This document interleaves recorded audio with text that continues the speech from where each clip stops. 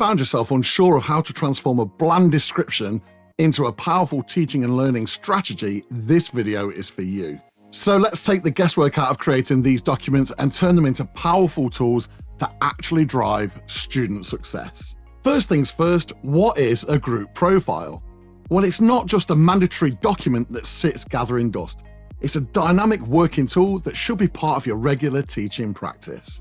It's a complete picture of your group and a guide for planning targeted interventions to support each student.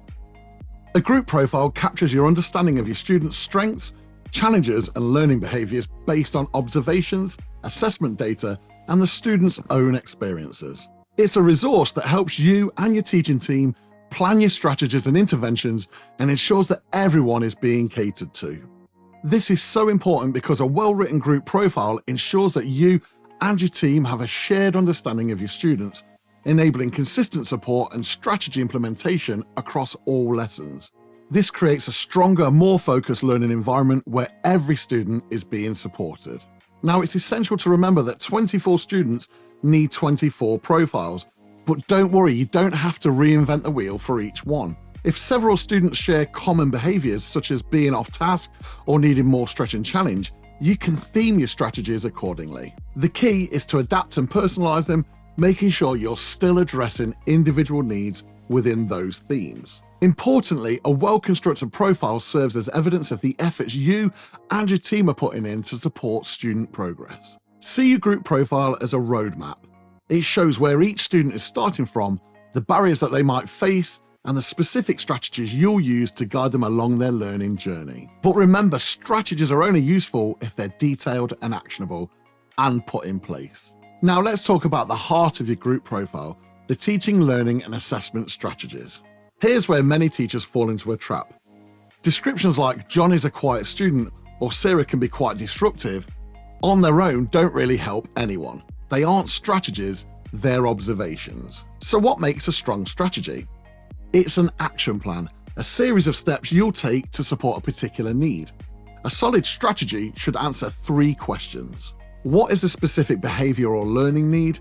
What exactly will you and your team do about it? And what's the expected outcome? If a student is quiet and avoids participation, a weak profile might say, Paul is a quiet student, no issues.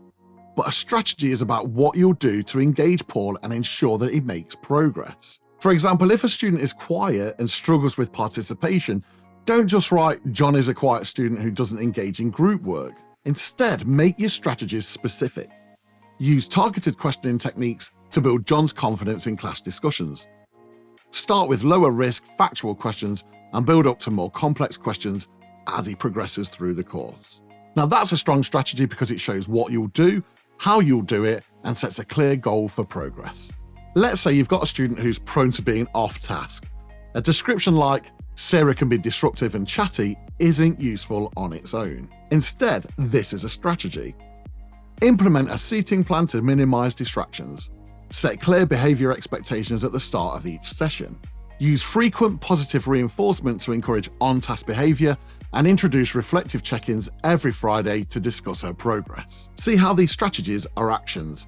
They show you what you'll do and how you'll measure success. That's what makes them effective. One of the biggest misconceptions is that a group profile needs to cover every aspect of a student's learning, but less is more. Instead of writing War and Peace, focus on a few high-impact strategies and actually try them out. Prioritize key needs. Look at the main barriers to learning and pick strategies that will help you have the most impact. Choose 1 or 2 strategies per student. You can always add more later, and focus on being actionable and specific. Avoid vague goals like engage more. Specify how you will engage the student and what success looks like. Once you've picked these strategies, it's essential to implement them consistently. Reflect on their effectiveness, tweak as needed, and share the impact with the rest of the teaching team. A group profile isn't a once-and-done document. It should evolve as your understanding of the students deepens and their needs change. I'd recommend reviewing your profile at least once per term, but also whenever there are significant changes. For example, if a student who was previously engaged suddenly becomes withdrawn or off task, it's time to look at your strategies again. If a student's progress stalls, review and revise your approach. If a student is making excellent progress, Build on what's working and set new stretch targets. Your group profile should be as dynamic as your classroom.